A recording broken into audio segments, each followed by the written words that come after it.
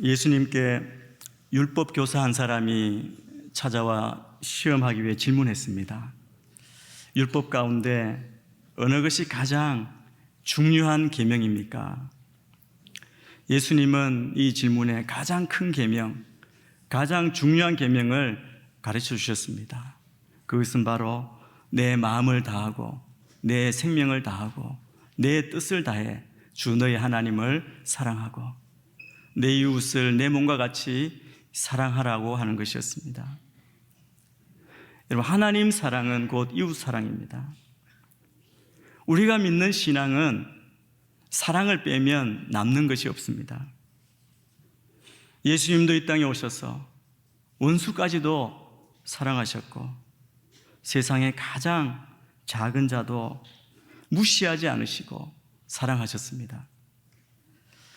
예수님은 이 사랑을 베풀기 위해 이 사랑으로 이 땅에 오셨고 죄로 죽은 우리를 살리시기 위해서 우리 죄를 담당하시고 십자가에 못 박혀 죽으셨습니다. 주님이 이 땅에 오셔서 사역하실 때 하셨던 중요한 사역은 가르치시고 천국 복음을 전파하시고 그리고 모든 질병과 아픔을 고쳐주시는 것입니다. 이것은 예수님의 3대 사역이라고 우리가 배웠습니다. 오늘 마태복음 9장 35절, 38절 말씀을 먼저 우리가 함께 읽겠습니다. 시작.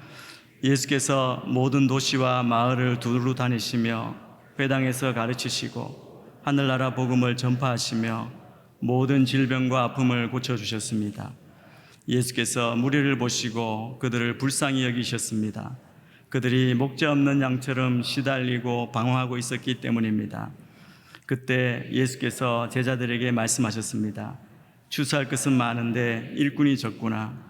그러므로 추수할 주인에게 추수할 들판으로 일꾼을 보내달라고 요청하라.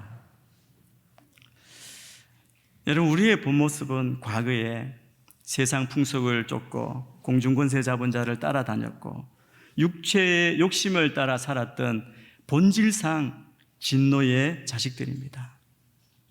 그래서 우리는 죽을 뻔한 죄인이 아니라 죽었던 죄인입니다. 죽어 마땅한 죄인이 아니라 이미 죽었던 죄인입니다. 그런데 긍휼의 풍성하신 그 하나님의 사랑, 하나님께서 우리를 사랑하셔서 그 큰 사랑으로 인해 허물과 죄로 죽었던 우리를 그리스도와 함께 다시 살리셨고 또 함께 일으키사 그리스도 예수 안에서 함께 하늘에 앉게 해주신 것입니다. 이것이 구원입니다. 우리가 예수를 믿음으로 영원한 생명을 얻은 것이죠.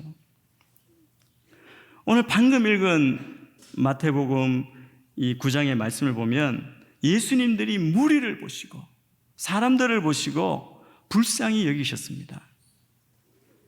이것이 바로 예수님께서 이 세상을 보시는 마음이십니다. 태도이십니다. 예수님께서 사람들을 보시고 불쌍히 여기셨다는 것입니다. 여러분, 우리가 이렇게 구원받은 동기가 무엇입니까? 그것은 바로 하나님의 이 긍휼하심, 우리를 불쌍히 여겨주셨기 때문에 그 사랑으로 구원받은 것입니다.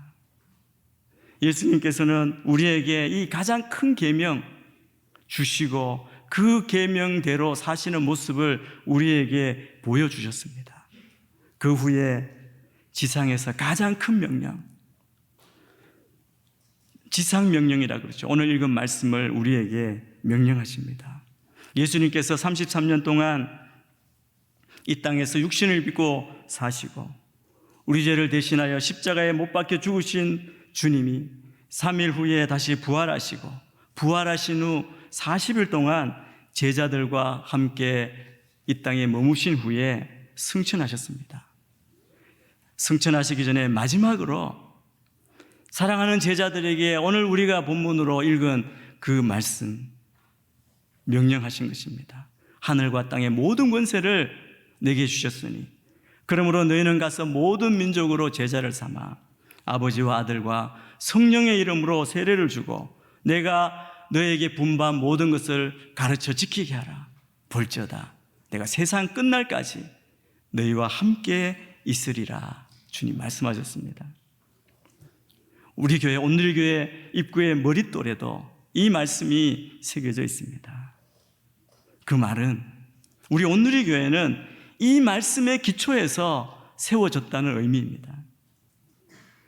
부활하신 예수님께서 승천하시기 전에 마지막으로 제자들에게 남기신 말씀, 이 말씀은 마치 유언과도 같은 말씀 아닙니까? 오늘의 이 말씀은 정말 가장 마지막 최후의 우리에게 부탁하신 명령입니다. 그래서 이 말씀을 한마디로 하면 우리가 세 절이나 읽었지만 여기 동사가 하나 있습니다. 제자를 삼으라. 가서 제자를 삼으라라고 하는 말씀입니다. 이걸 다른 말로 하면 복음을 전하라는 것입니다. 이것은 우리 모든 예수를 믿는 사람들이 최우선으로 지켜야 될 과제입니다. 이것은 성경 전체를 요약할 수도 있는 그런 말씀입니다. 명령입니다. 그런데 가만히 생각해 보면 이것은 우리가 감당할 수 없는 명령과 같이 보이고 오직 하늘과 땅의 권세를 가지신 분만이 이룰 수 있는 명령이라는 것이죠. 그래서 이 명령에 별명이 붙어 있습니다. 아까 제가 말씀드린 대로 이것은 지상 최대의 명령, 지상 명령, 그레이트 커미션이라고 말합니다. 그런데 이 명령을 누구에게 주셨습니까? 부활하신 주님께서 그 앞에 있는 제자들, 의심하는 사람들에게, 불완전한 사람들에게 주셨다는 것입니다. 11명의 비겁하고 변덕이 심하고 큰 소리 잘 치고 뒤로 가서 딴짓하는, 배반하는 그런 사람들에게 엄청난 명령을 주셨다는 사실입니다. 이것이 얼마나 놀라운 일입니까?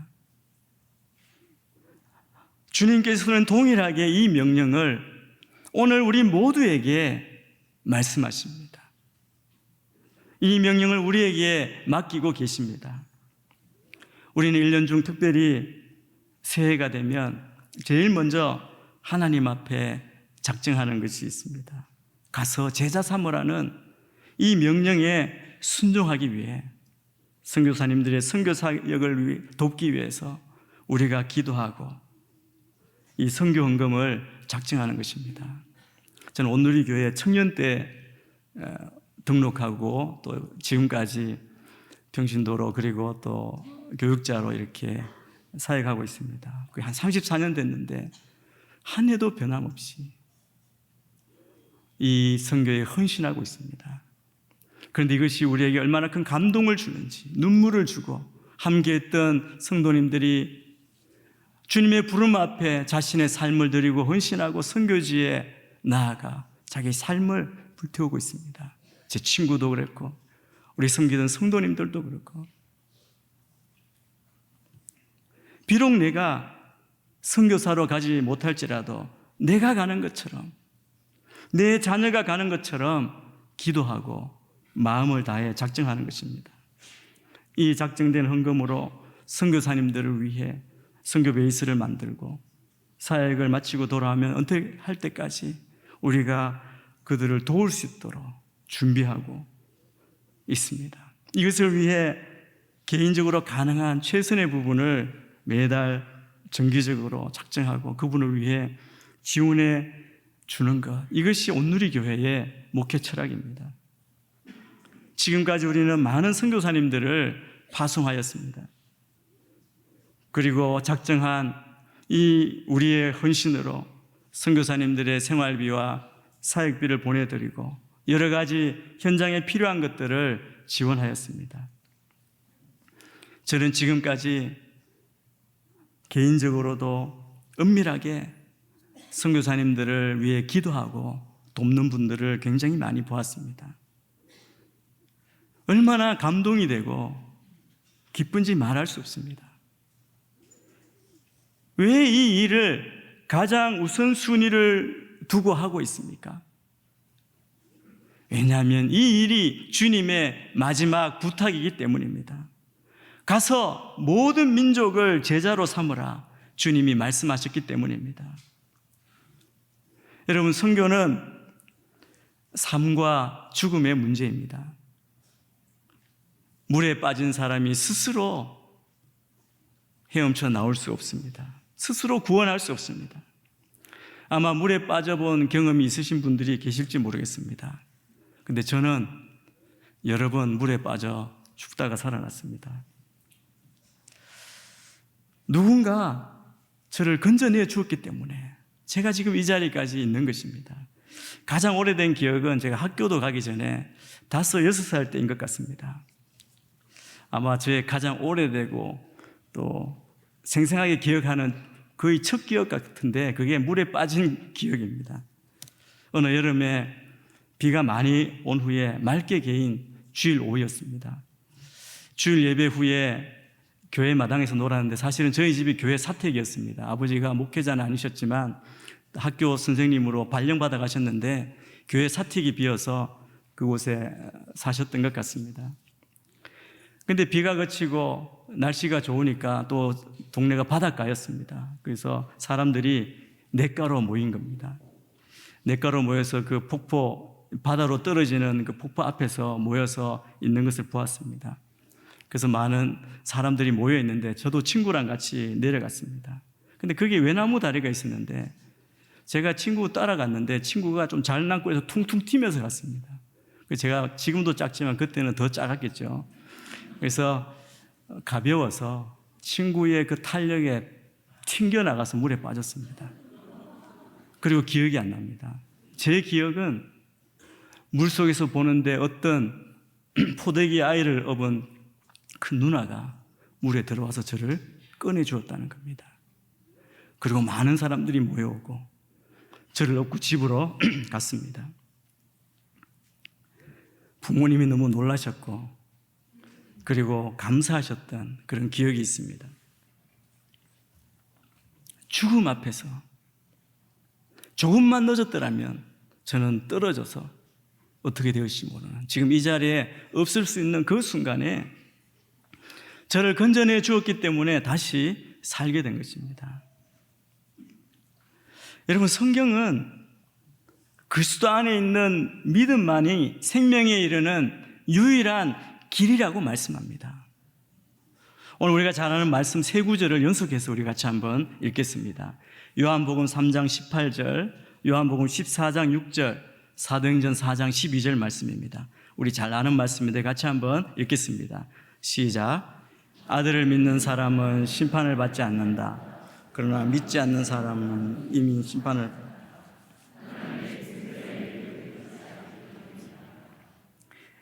14장 6절도 읽겠습니다. 시작. 예수께서 도마에게 말씀하셨습니다. 나는 길이요 진리요 생명이니 나를 통하지 않고서는 아버지께로 올 사람이 없다. 4장 12절입니다. 예수 외에 다른 어느 누구에게도 받을 수 없습니다.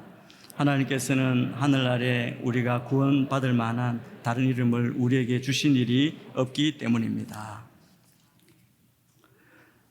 하나님의 말씀은 우리에게 무엇을 말씀합니까? 그리스도가 없는 사람, 그리스도를 떠나 있는 자에게는 아무 소망이 없다고 말합니다.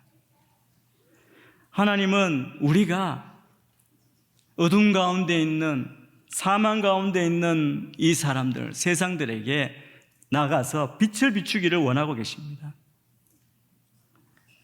어두운 가운데 그리스도의 빛을 받아보지 못한 사람에게는 소망이 없습니다.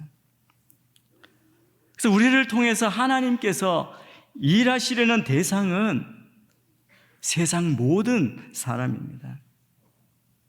그래서 하나님은 이 하나님의 계획을 이루시는데 얼마나 열심인지 모릅니다. 하나님이 열심이신 이유는 무엇입니까?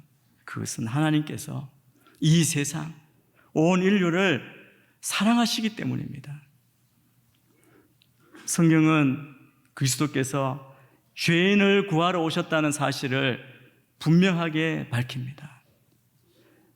모든 곳에 있는 모든 사람에게 이 은혜로운 사실, 구원의 소식을 알리는 것, 이것이 최우선 과제입니다.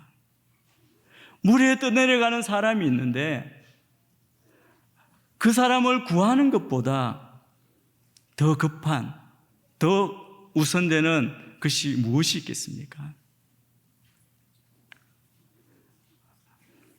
이 최우선 과제인 이 지상명령을 우리가 어떻게 성취할 수 있겠습니까? 오늘 말씀은 우리에게 이렇게 말합니다. 가장 먼저 우리는 예수님의 권세를 힘입어야 한다고 말씀합니다.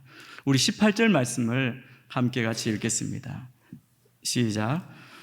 그때 예수께서 다가오셔서 그들에게 말씀하셨습니다.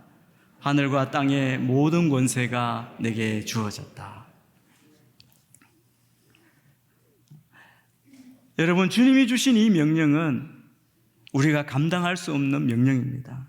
교회가 감당할 수 없는 내용의 명령입니다.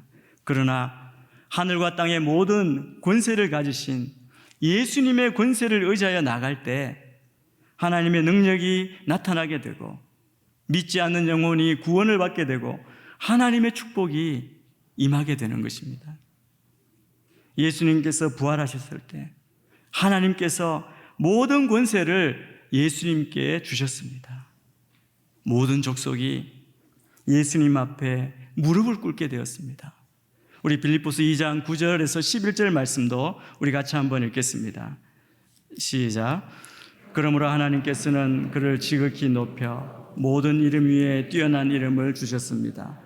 이는 하늘과 땅과 땅 아래에 있는 모든 사람들이 예수의 이름 앞에 무릎을 꿇게 하시고 모든 입으로 예수 그리스도를 주라 시인하게 하셔서 하나님 아버지께 영광을 돌리게 하시려는 것입니다.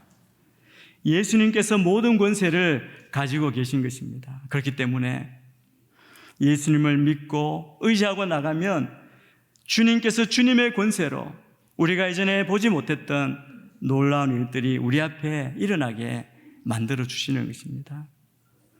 하늘과 땅의 모든 권세를 우리 예수님께서 갖고 계시기 때문에 예수를 믿고 의지하기만 하면 예수님이 우리의 삶 가운데 오셔서 주님의 놀라운 일을 행하시는 것입니다.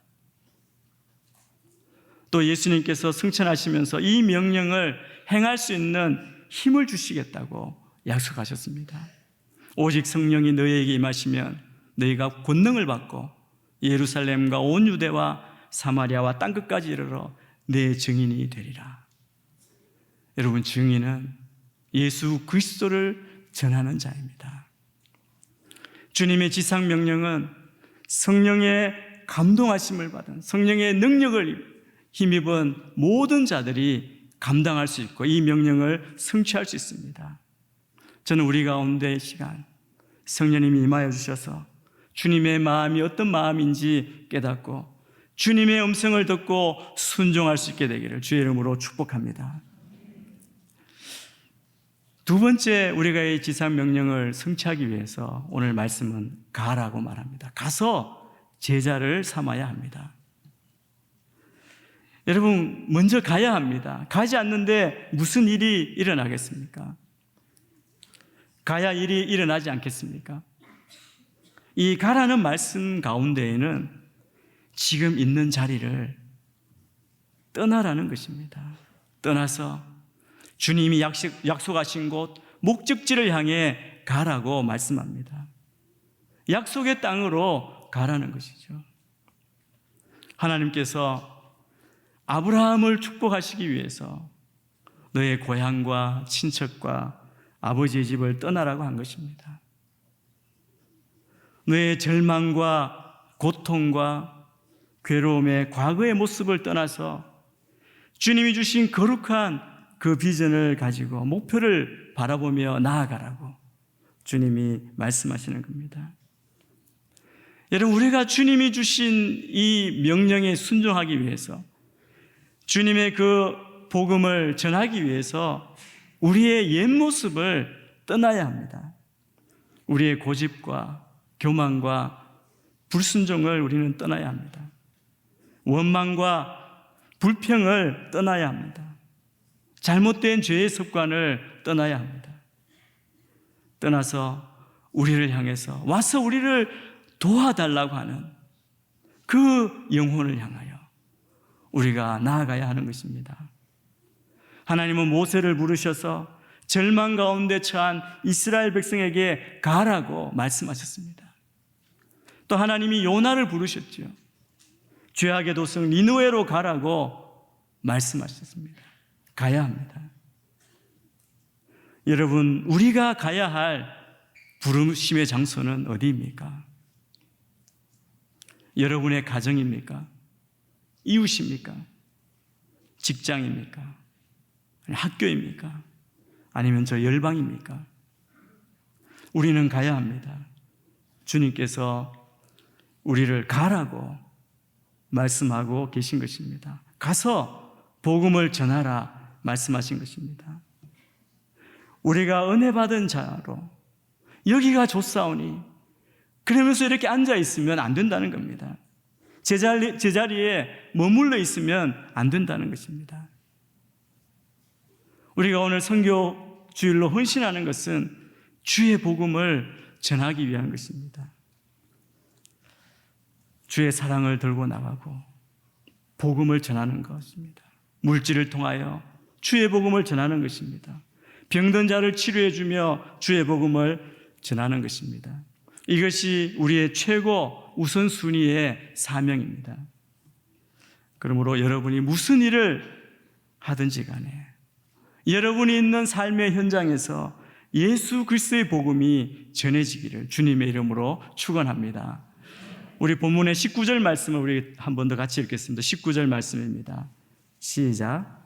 그러므로 너희는 가서 모든 민족을 제자로 아버지와 아들의 세례를 주고.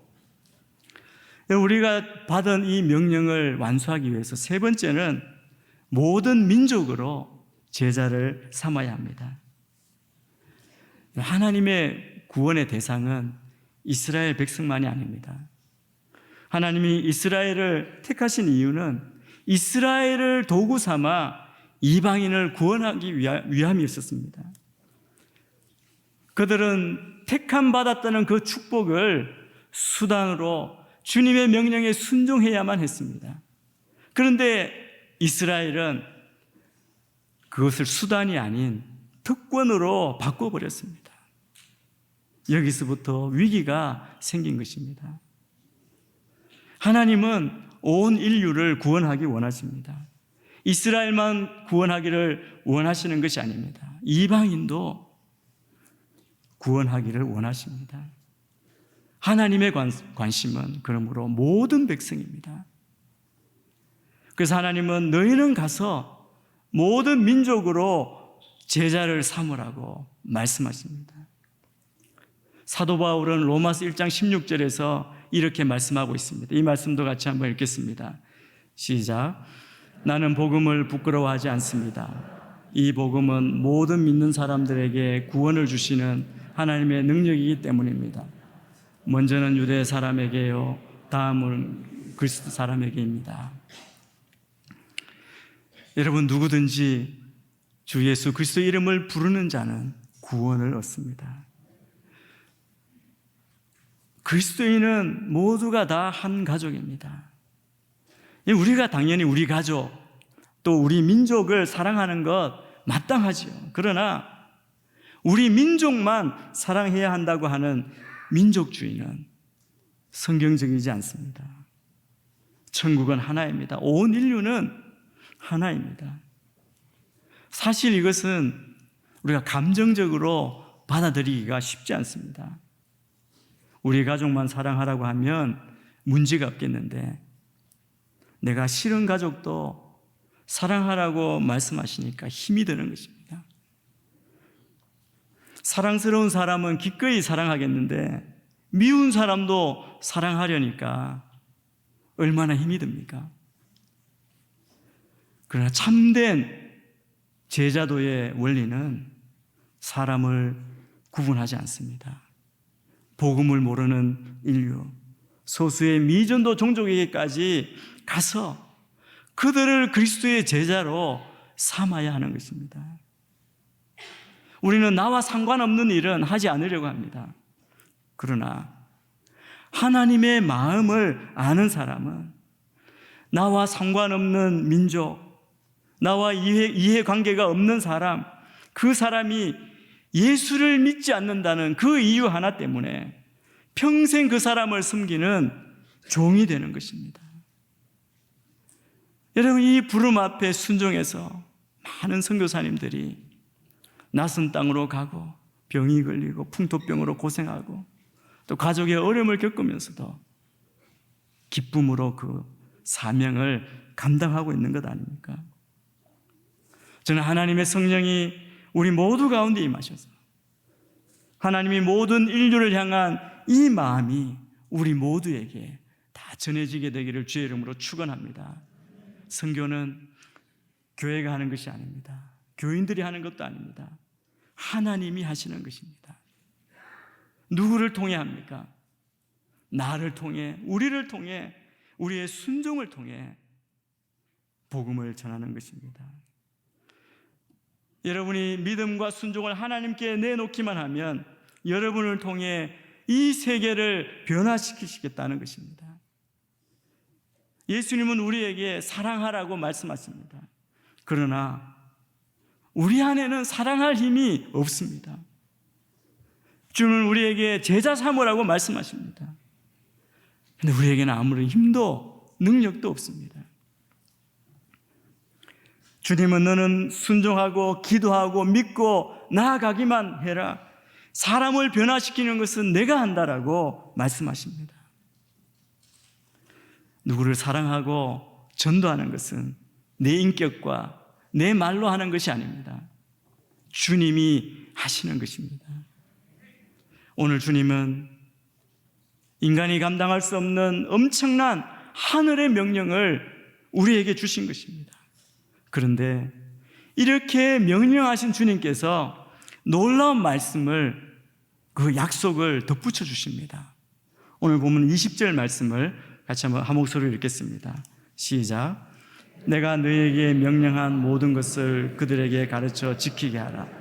보라, 세상 끝날까지 너희와 항상 함께 있을 것이다. 아멘. 주님이 뭐라고 말씀하십니까? 이것은 내가 감당할 수 없는 명령이다. 내가 인간적으로 도저히 이행할 수 없는 명령이다. 그러나 걱정하지 마라. 세상 끝날까지 내가 너와 항상 함께 있을 것이다. 여러분, 이 얼마나 놀라운 약속의 말씀입니까? 주님은 우리에게 두려워하지 말라고 말씀합니다. 주님이 우리와 함께 하시겠다고 말씀합니다. 나를 버리지 아니하실 것입니다. 순종하기로 결정했느냐? 끝까지 책임지겠다고 말씀합니다.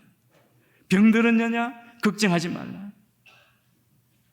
이 명령이 하나님으로부터 온 말씀인 줄 믿고 순종하고 앞으로 나아가기만 하면 네 생애가 형통할 것이라고 말씀하시는 겁니다. 주님이 모든 것을 다 허락하실 것입니다. 여러분, 돈도 물질도 하나님의 것입니다. 건강도 하나님이 주십니다. 사람도 하나님이 주십니다. 방법도 하나님이 주십니다. 우리는 믿고 나아가기만 하면 됩니다. 우리 교회는 이 비전을 받아 시작하고 지금까지 달려왔습니다. 이 주님의 유언과 같은 명령, 최우선 과제를 완수해야 할 것입니다. 우리가 죽는 것이 분명한 사실인 것처럼 남아있는 우리 생애에서 마지막으로 유일하게 감당해야 될 목적과 사명은 가서 모든 족속으로 제자를 삼으라는 것입니다. 병들었든지 건강하든지 부자이든지 가난하든지 능력이 있든지 없든지 우리 모두는 선교를 위해 존재하는 것입니다. 여러분, 이 세상을 한번 돌아보십시오. 얼마나 불안하고 두려움이 많습니까? 도처에 전염병과 전쟁의 소문이 계속 들려오고 살인, 고문, 난민, 경제불안, 기근, 도덕적, 문화적 타락, 폭력, 마약, 성범죄, 부정부패, 환경오염, 핵문제, 동성애든 수많은 위기 앞에 우리가 직면해 있습니다. 주님은 이러한 세상을 향해 명령하십니다. 가라. 가서 모든 족속으로 제자를 삼으라. 하나님을 온전히 신뢰함으로 이 최우선 과제를 완수하는 우리 모두가 되기를 주의 이름으로 축원합니다. 이 말씀에 순종할 때 약속의 땅, 축복의 땅, 은혜의 땅, 그리고 여러분의 삶과 가정에 하나님의 큰 축복의 강물이 흘러넘칠 줄 믿습니다.